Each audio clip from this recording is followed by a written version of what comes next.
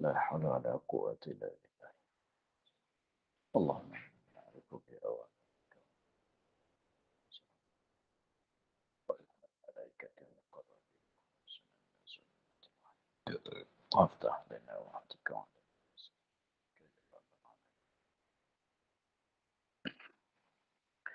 رب اشرح لنا صدرنا ويسر. قال الشيخ المزمة لنا وعلى الإجابة sekian.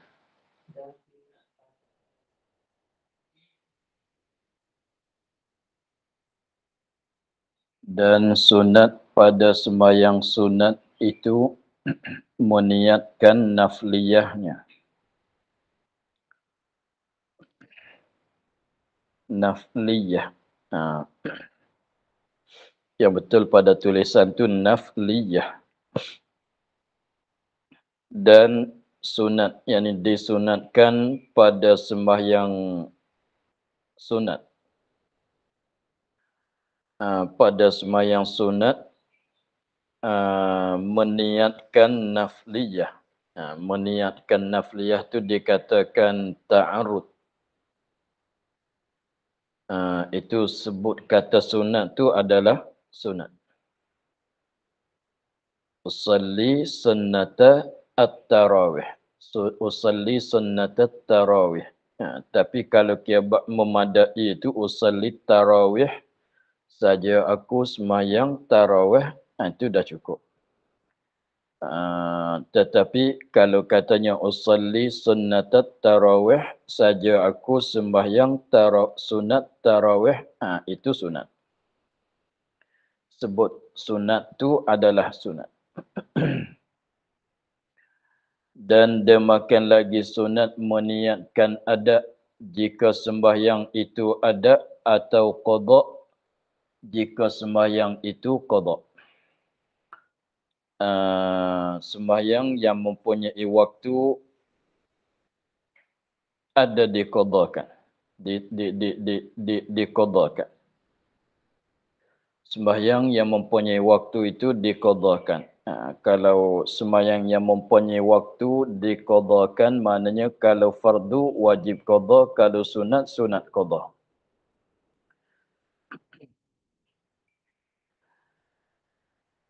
Maka apabila kita sembahyang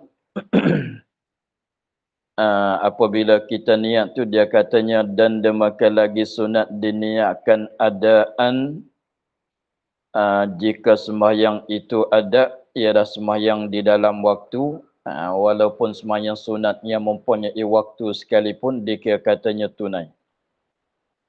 Sembahyang di dalam waktu dikatakan tunai, sembahyang di luar waktu jadi qada. Maka niat qada atau qada jika sembahyang itu qada. Tunai qada itu melengkapi kedua-dua sembahyang wajib, sembahyang fardu ataunya sembahyang sunat yang mempunyai waktu. Seperti duha. Maka sebutan tunai atau qada itu adalah sunat. Sebab kalau kita tak sebut pun dah memadai kerana kalau setiap-tiap sembahyang di dalam waktu niat adalah tunai. Sembahyang di luar waktu adalah qada. Maka dengan kerana itu kalau kita tak niat tunai pun sekiranya kalau buat di dalam waktu maka jadi tunai. Kalau kita tak niat qada tetapi di luar waktu, lepas pada dah habis waktu, maka jadi qada. Qada dan tunai itu dia jadi sendiri, tak payah kita niat. Qada dan tunai itu mengikut masa dia. Kalau betul dengan masa dia, jadi tunai. Lepas pada habis masa, jadi qada. Maka niat qada dan niat sunat, niat ada itu, maka adalah sunat.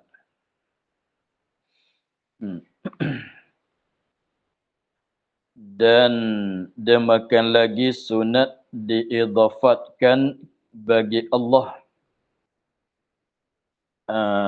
Jadi setengah daripada perkara yang sunat di dalam sembahyang tu ialah disandarkan, diidhafakkan bagi Allah.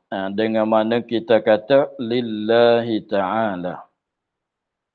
Kita kata di belakang tu lillahi ta'ala, kerana Allah. Maka itu pun sunat, tak wajib. Kerana mengeluarkan khilaf orang yang mewajibkan dia kan idhafat bagi Allah. Jadi setengah ulama tu katanya wajib. Kata lillahi ta'ala dalam masa niat, dalam hati itu adalah wajib. Kerana Allah tu mesti kena ada. Kerana bahwasanya sekalian ibadat tu tiada ada malaikat baginya bagi Allah. Semua ibadat kita buat tu, mana-mana ibadat sekalipun kerana Allah, bukan kerana lain.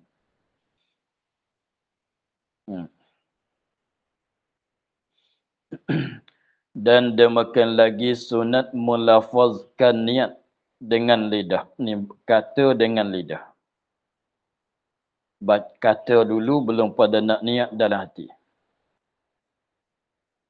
Segala yang diniatkan dulu, segala yang diniatkan. Benda yang kita nak niat wajib sunat. Benda yang kita nak niat tu kalau sembahyang fardu, yang wajib tu apa dia? Qasad, ta'arud, ta'ayun. Itu wajib. Lepas tu tambah tunai dan qadha. Tunai pun tunai artinya qadha.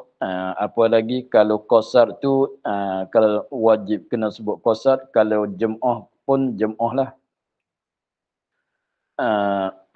Imam ke makmun ke lillahi ta'ala, maka sunat kita sebut dengan mulut. Sebab tu disunat kita katanya yang kata dengan mulut tu kalau tak kata pun sah sembahyang sebab adalah sunat. Usalli tu apa dia? Usalli tu qasad. Fardhu zuhri, fardatu ta'arud. Az-zuhri tu ialah ta'yin. Usalli fardhu zuhri arba'a raka'atin. Itu sunat.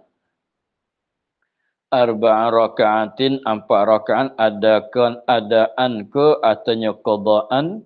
Lepas tu kalau sembahyang jadi imam, imaman. Kalau sembahyang jadi makmum, makmuman. Tidak pun jama'atan. Apa tu lillahi ta'ala. Maka kataan itu yang kata dengan mulut, dengan lidah sebelum pada mulaikan takbiratul ihram, itu adalah sunat. Melafazkan niat itu dulu daripada takbiratul ihram. Sebelum daripada nak takbiratul ihram, kita kata dengan mulut dulu. Kenapa disunatkan? Supaya menolong, membantu akan hati. Supaya perkataan kita yang kata dengan lidah tu membantu akan hati, senang kita nak dapatkan niat. Seperti dikatakan dahulu daripada daripada takbir, usalli fardhu zuhri arba'a raka'atin mustaqbilal qiblati adaan lillahi ta'ala. Ini kalau seorang. Kalau sembahyang seorang. Kalau imam, imaman. Kalau makmum, makmuman. Artinya jama'atan. Tambah di situ. Maka semua perkataan usalli fardhu zuhri hingga akhir itu, kata yang dikata sebelum pada takbiratul ihram itu adalah sunat. Artinya, sahaja aku mengerjakan sembahyang fardu zuhur 4 rakaat, padahal menghadapkan kiblat, tunai itu adaan. Kerana Allah Ta'ala. Jadi kita sembahyang tu kerana Allah.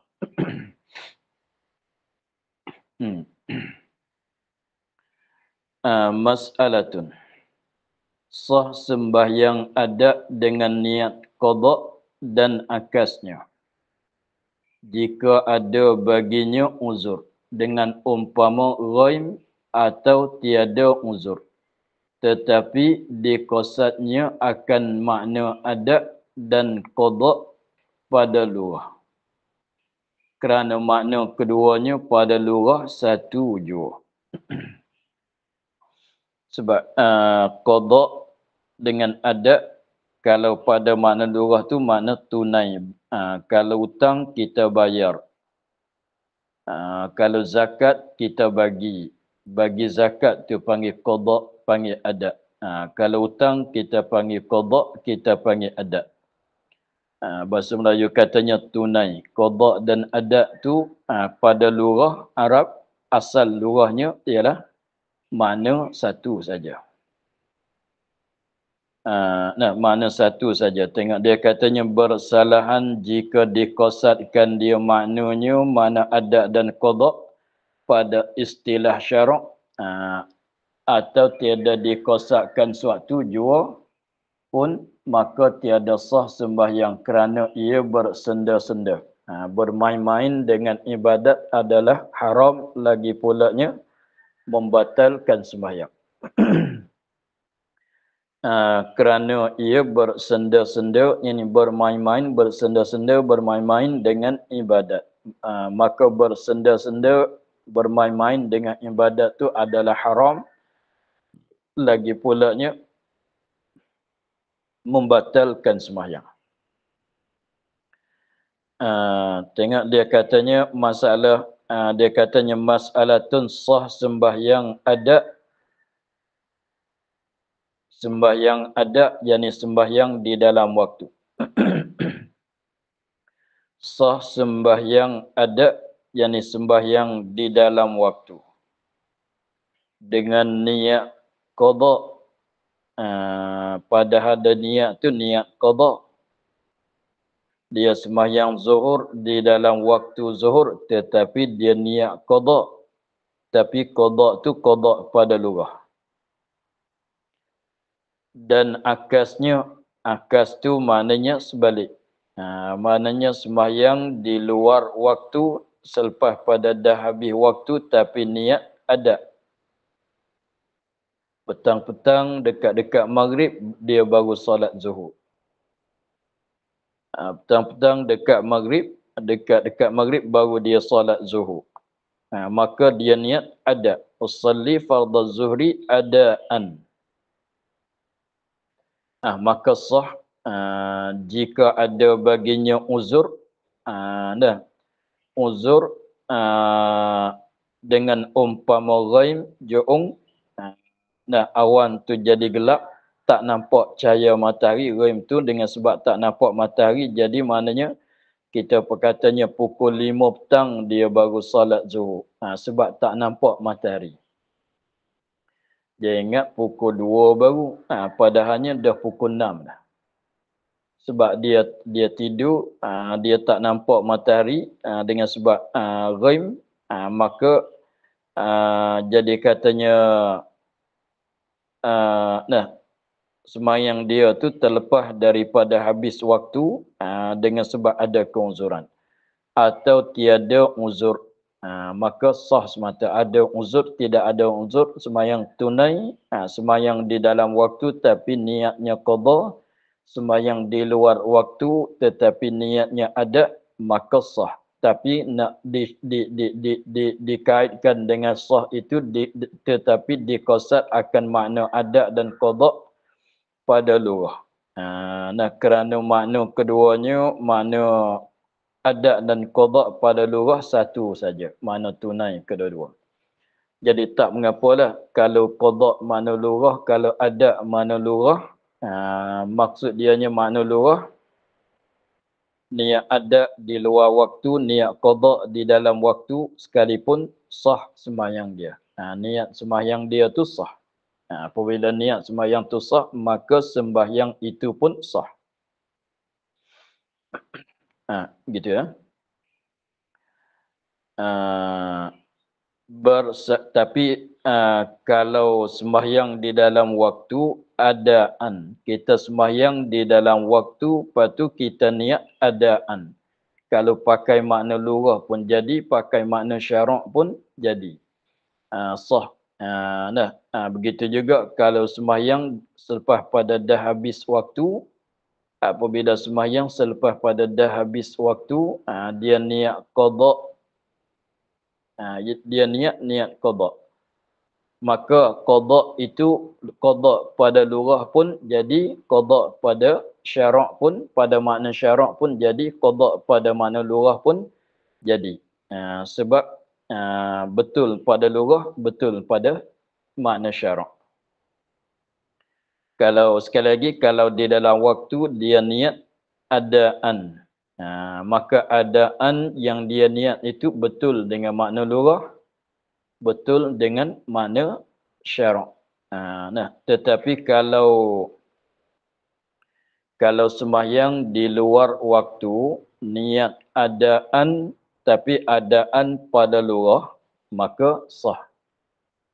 Artinya dia salah niat, nak qada tetapi keluar jadi tunai, maka itu pun sah. Bersalahan jika muqassad akan dia akan qada dan ada dan qada, maknanya makna ada dan qada tu pada istilah syarak atau tiada dikosadkan sesuatu, maka tiada sah sembahyang, kerana ia bersenda-senda bermain-main dengan ibadat. Seperti kata tadi, bersenda-senda bermain-main dengan ibadat tu adalah haram, lagi pulanya membatalkan sembahyang. Jadi mana dia dah tahu katanya, makna kalau ada makna syarak, maknanya di dalam waktu dia tunai, dia buat di dalam waktu jadi ada. Kalau buat di luar waktu selepas pada habis waktu itu jadi qada. Maka sengaja dia nak main-main, dia semayang tunai, dia kata qada, dia semayang qada, dia kata tunai, saja-saja nak suka-suka nak main-main gitu. Maka itu membatalkan sembahyang. Haram lagi pulanya membatalkan sembahyang.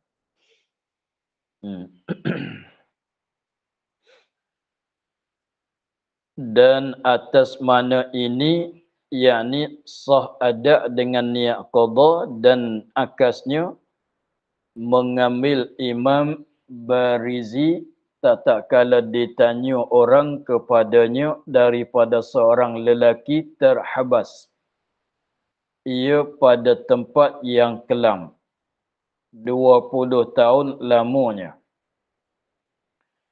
adalah ia sembahyang subuh di dalam masa itu dengan ijtihad. Maka dizankan dengan ijtihad akan masuk waktunya. Kemudian maka nyata segala sembahyang itu jatuh dulu daripada waktunya. Maka beberapa yang wajib ia mengqadakan sembahyang. Ya.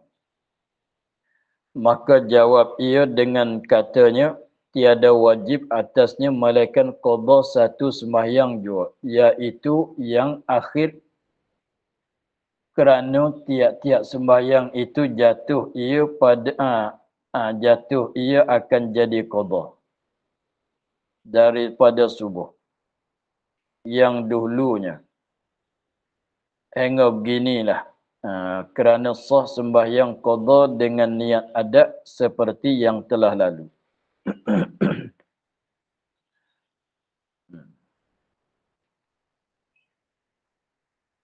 Katanya, dan atas ini makna, dan atas ini makna yang disebut tadi,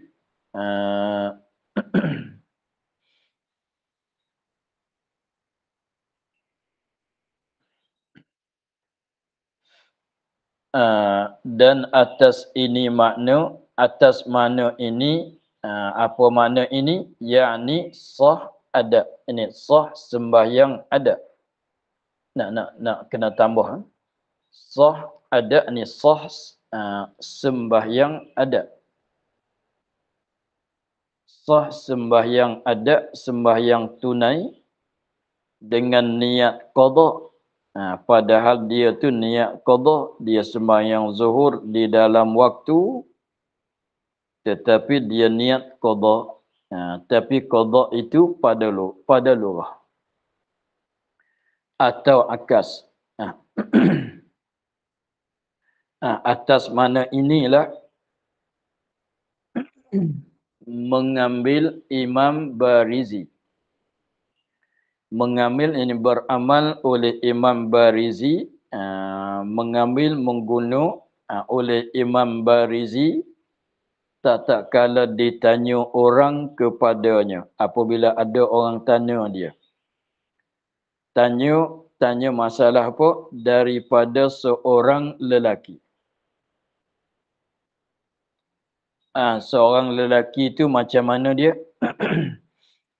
Seorang lelaki terhabas ia. Maknanya dipenjarakan dia, dikurungkan dia. Dia akan seorang lelaki dikurung tu pada tempat yang gelap. Pada tempat yang gelap, tak nampak cahaya matahari lah dia ni. Dikurungkan dia, dihabas, dikurung, ditahan, dipenjarakan dia pada gelap, pada tempat yang gelap.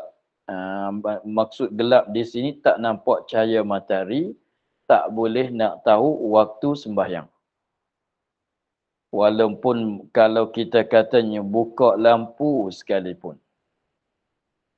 Walaupun buka lampu ataunya pasang pelita sekalipun,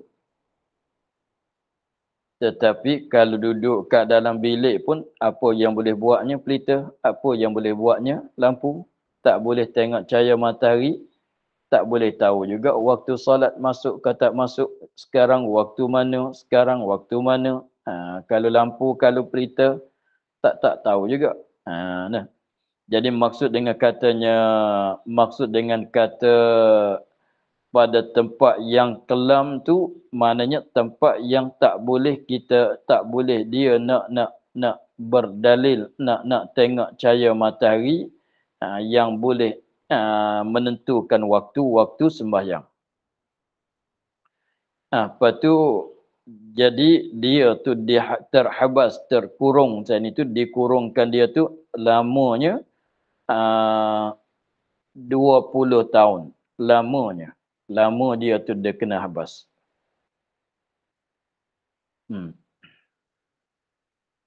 Maka katanya adalah ia seorang lelaki selama 20 tahun yang terkurung di dalam gelap macam itu. Ia seorang lelaki sembahyang subuh di dalam masa itu. Dengan ijtihad. Dan adalah dia tu sembahyang subuh dalam masa itu, dalam masa 20 tahun di dalam penjara gelap macam ni. 20 tahun dia sembahyang adalah ia sembahyang subuh di dalam masa itu, masa 20 tahun tu dengan ijtihad. Ijtihad pada waktu. Ijtihad dengan berzikir ke masalan, atau dengan bacaan ke masalan, katalah. Jadi maknanya dia pasal masuk waktu sembahyang subuh dan artinya lain-lain saat itu, masuk waktu dengan secara ijtihad, bukan tengok matahari ke tidak, bukan tengok matahari, tidak. Apabila dia ijtihad, maklum sebagaimana dulu, apabila ijtihad tu, ijtihad memberi faedah akan zon, tidak memberi faedah akan makna yakin. Maka dizonkan, maka dia sangka dengan ijtihad, dia, dengan kiraan waktu dia itulah, akan masuk waktunya waktu subuh. Pada kiraan dia tu masuk, pada ijtihad dia kata masuk waktu subuh, dia pun solat. Dia pun solat subuh. Begitu.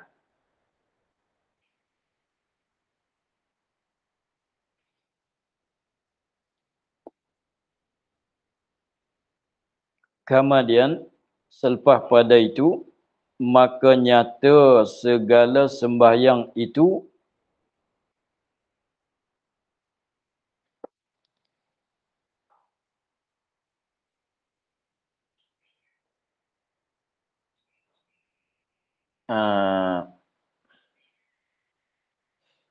maka nyata segala sembahyang itu jatuh dahulu daripada waktunya.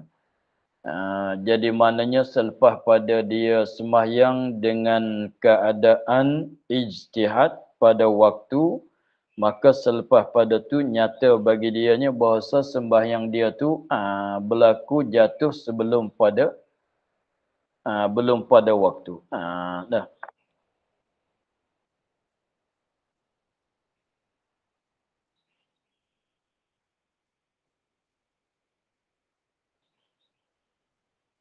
Hmm. Maka ni tepat nak tanya. Tadi rupa masalah kelakuan seorang lelaki itu di dalam penjara 20 tahun penjara gelap, maka dia sembahyang subuh. Maka dia sembahyang subuh tu dengan ijtihad pada waktu, maka dia zon kata masuk, dia solat, dia zon kata masuk, dia solat, setiap harilah dia buat begitu. Tetapi nyata katanya selepas pada tu nyata kata sembahyang dia tu yang dia solat itu berlaku pada masuk waktu.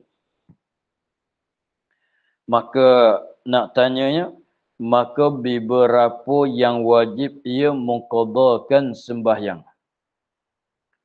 Yang nak tanyanya, maka berapa yang wajib ia mengqadhakan sembahyang. Sembahyang yang dia wajib kena qadha tu berapa kali sembahyang? Berapa sembahyang yang dia nak kena qadha.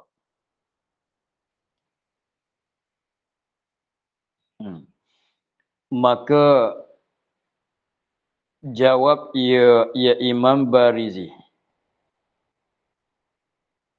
Maka imam tadi tu jawab dengan katanya, kata Imam Barizi, tiada wajib atasnya atas seorang lelaki malaikat mengqadhakan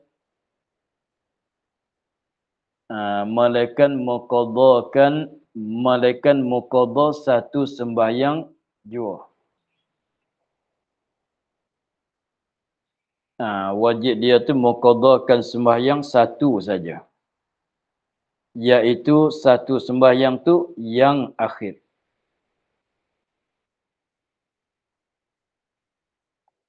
Sembahyang yang terakhir tu saja yang kena qadha.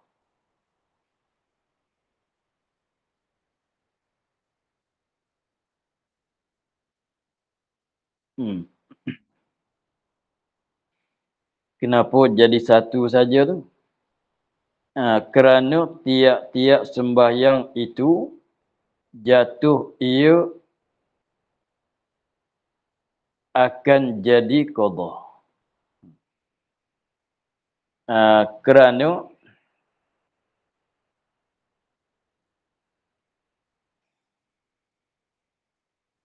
Kerana tiap-tiap sembahyang itu yang dia sembahyang belum pada masuk waktu tu jatuh ia berlaku jadi qadha. Daripada subuh yang dahulunya. Hingga beginilah. Kerana sah sembahyang qadha dengan niat ada. Seperti yang telah lalu. Sebab sah niat sembahyang qadha dengan niat tunai dengan sembahyang tunai niat qadha tu sah. Jadi maksudnya begini. Dia kena qadha sembahyang yang hari yang terakhir saja. Kita katanya kalau subuh saja. Subuh tu jatuh sebelum. Jadi subuh tu kita katanya dia tu sembahyang jadi dengan sebab ijtihad dia tu pukul 3 setiap hari. Pukul 3 pagi dia sembahyang subuh. Setiap hari sembahyang pukul 3. Tapi dia niat qadha, dia tak niat qadha, dia niat tunai. Sebab pada kiraan dianya waktu subuh dah masuk. Tapi kiraan dia tu salah. Kiraan ijtihad dia tu salah. Pukul 3, pukul 4 dia salat subuh. Dia kata waktu subuh dah masuk. Maka yang wajib selama 20 tahun tu yang dia wajib tu satu sembahyang saja ialah sembahyang yang terakhir. Sembahyang pada hari yang akhir. Kita kata 20 tahun tu panjang sangatlah. Kita ambil, kita mulai di 1 minggu jadilah. Nak bagi nampak masalah. Contohnya dia ni dimasuk penjara gelap, dia masuk di dalam penjara waktu malam. Jadi belum pada nak masuk penjara tu maghrib dia ada solat, isyak dia ada solat. Lepas tu dimasuk penjara waktu malam. Apabila masuk dalam penjara, dia dah tahu. Katanya, kalau nak tengok fajar, tak boleh nak tengok fajar. Nak tengok cahaya matahari pun, kat luar pun tak boleh nak tengok. Sebab dia di dalam penjara. Kita katanya, dia mulai masuk penjara malam Sabtu.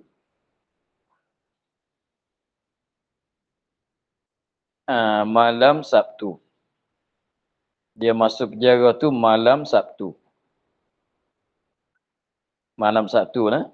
Kita kata yang lepas pada dia dah solat maghrib, dia dah solat isyak, masuk ke dalam penjara malam Sabtu.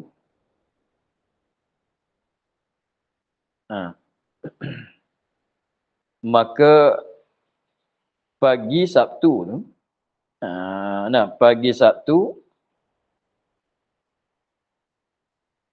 dia maksud katanya malam Sabtu tu maknanya hari Jumaat malam Sabtu lah. Hari Jumaat malam Sabtu. Kira kata malam sebelum pada siang. Kira dengan secara Islam tu maknanya malam dulu daripada siang. Malam Sabtu, lepas tu baru siang Sabtu. Lepas pada siang Sabtu tu barulah malam Ahad. Lepas pada malam Ahad tu siang Ahad. Begitulah. Kita katanya. Maka kita katanya pukul 10 malam dimasukkan dia ke dalam penjara. Isyak dia dah solat. Maghrib dia dah solat. Maka apabila dia dimasuk dalam penjara gelap, maka dia pun dah tahu katanya ni nak tengok fajar, nak tengok cahaya matahari, nak tengok langit pun tak boleh. Maka dia pun berzikir, tidak pun dia baca Quran atau dia buat apa-apa untuk nak tahukan waktu. Dia dah biasa katanya kalau zikir dapat 100 kali tasbih, berapa minit? Tasbih 100 kali, tidak pun semayang 2 rakaat, berapa minit? Semayang 2 rakaat, berapa minit? Dia buat kiraan cara dia lah. Dengan baca Quran ke, dengan tasbih, dengan tahlil ke, katalah dia tu. Baca surah Qul Huwallah 100 kali, berapa minit?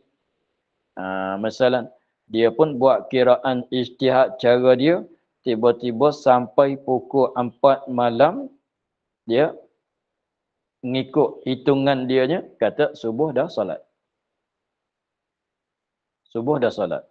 Ini malam Sabtu ya. Jadi mana subuh pagi Sabtu dia semayang pukul 4. Pukul 3, pukul 4 lebih kurang itulah. Maka jadi ke tidak semayang subuh dia? Tak jadi. Tak jadilah sebab tak betul dengan waktu. Tak jadi.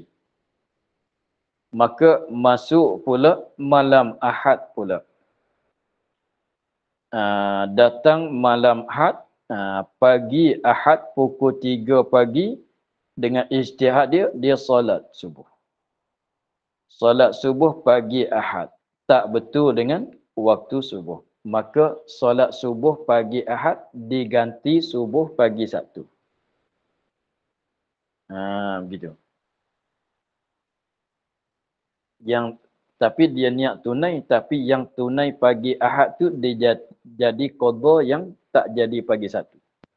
Maka pergi pula pagi Senin pukul 4, pukul 3 pagi Senin dia semayang subuh pula. Maka subuh pagi Senin tu naik jadi ganti semayang pagi Ahad.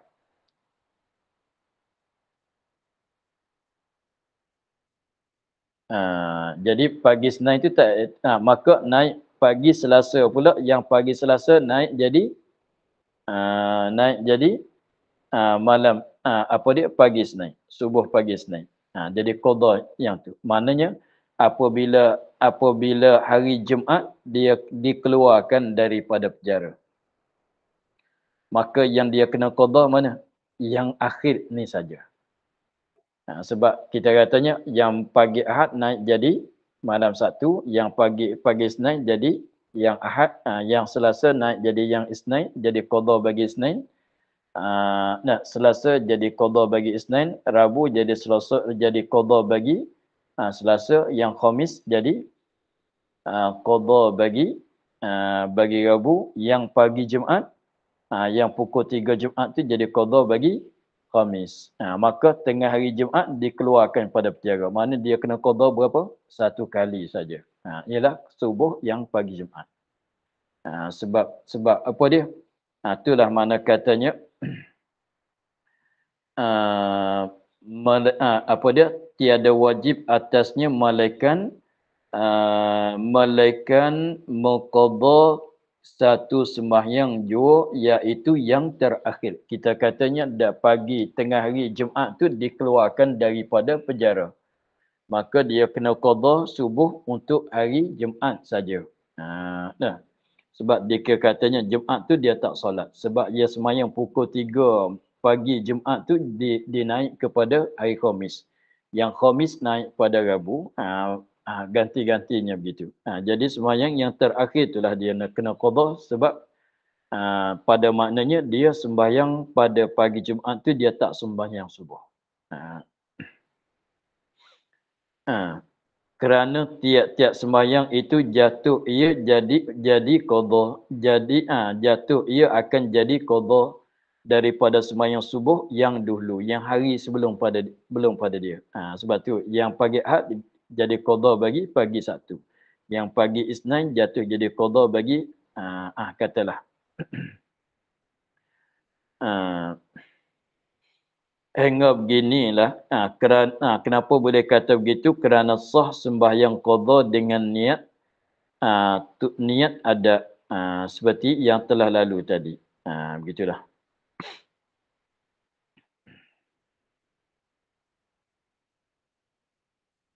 Habis bahasan niat kita dah selesai. Rukun yang pertama daripada beberapa rukun sembahyang ialah takbir, niat dah habis. Dan yang kedua daripada rukun sembahyang itu takbiratul ihram. Dan rukun yang kedua daripada rukun sembahyang, daripada beberapa rukun sembahyang ialah takbiratul ihram. Maka takbiratul ihram ini adalah rukun. Adapun takbir yang lain daripada takbiratul ihram bukan rukun, hanya sunat hay'ah. Ketika takbir nak rokok, takbir nak sujud, takbir nak duduk, takbir nak bangun berdiri, takbir nak duduk tahiyat, maka itu adalah sunat. Takbiratul ihram saja ialah rukun yang wajib didatangkan. Iaitu takbiratul ihram melafazkan dengan Allahu Akbar. Maknanya mesti kita apa maksud dengan kata takbiratul ihram ialah kita melafazkan dengan kataan Allahu Akbar. Kita melafazkan dengan perkataan kata Allahu Akbar. Itulah dikatakan takbiratul ihram. Sebab Allahu Akbar tu ialah takbir.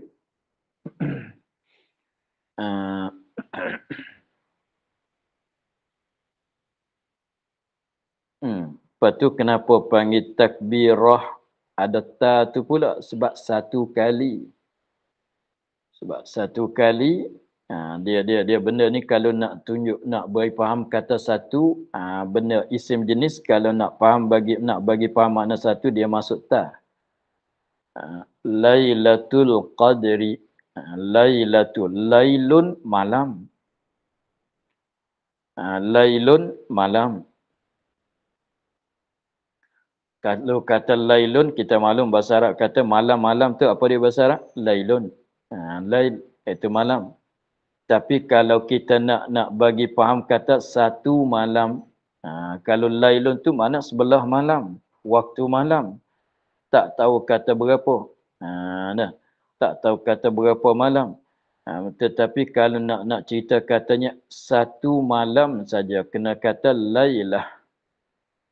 Lailah. Sebab tu Lailatul Qadri. Tak ada kata Lailul Qadri. Lailatul Qadri. Maknanya nak cerita kata malam Lailatul Qadar ada berapa malam satu tahun? Ada satu saja.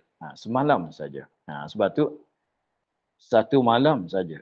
Sebab tu dia masukkan tak. Tak tu nisbah bagi orang belajar kaedah ilmu nahu katanya tak tu lil wahdah. Tak lil wahdah menunjuk di atas makna satu. Seperti syajarah, satu pokok. Kalau syajarun, pokok.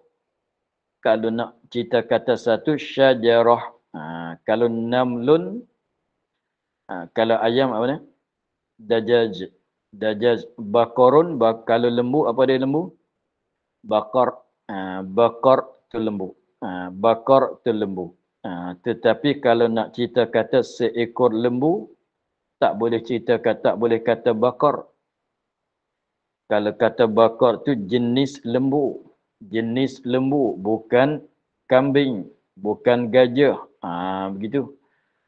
Lembu, jenis lembu, bukan jenis kambing. Kita cakap begitu. Tapi kalau nak cerita katanya saya nak sembelih lembu, seekor lembu, kena kata bakarah, seekor lembu. Begitu. Maka di sini nak cerita katanya takbirah satu kali. Kalau buat 4 kali itu tak jadi. Allahu Akbar, Allahu Akbar. Tu tak jadi. Macam dia nak qomat. Allahu Akbar, Allahu Akbar. Allahu Akbar kabir walhamdulillah. Itu tak jadi. Nak satu kali saja. Sebab dia katanya kalau satu kali saya tak sempat nak niat. Saya kena sebut 2 kali. Maka boleh ke tidak kalau takbir 2 kali? Tapi kena niat di dalam takbir yang pertama lah. Yang kedua tu tak membatalkan sembahyang, melainkan dia kosak nak main-main, membatal lah. Tapi kalau katanya Allahu Akbar, Allahu Akbar, maka niat tu niat tu kalau dia niat ada niat di dalam mana-mana satu bukannya pertama tak mesti. Niat yang pertama mana satu maka jadi. Tengok. Dia katanya takbiratul ihram iaitu melafazkan dengan Allahu Akbar. Itulah panggil katanya takbir. Nampaknya kita kena sambung lain kali. Kita sambung, kita akhir di situ dulu pada kata dan yang kedua daripada rukun sembahyang itu takbiratul ihram. Wallahu a'lam. Alhamdulillah rabbil alamin. A'udzu minasyaitonir rajim. Bismillahirrahmanirrahim. Alhamdulillah rabbil alamin. Wassalatu wassalamu ala asyrafil anbiya'i wal mursalin wa ala alihi wa sahbihi ajma'in. Allahumma iftah alaina futuhal 'arifin wa nawwir qulubana min nurikal karim.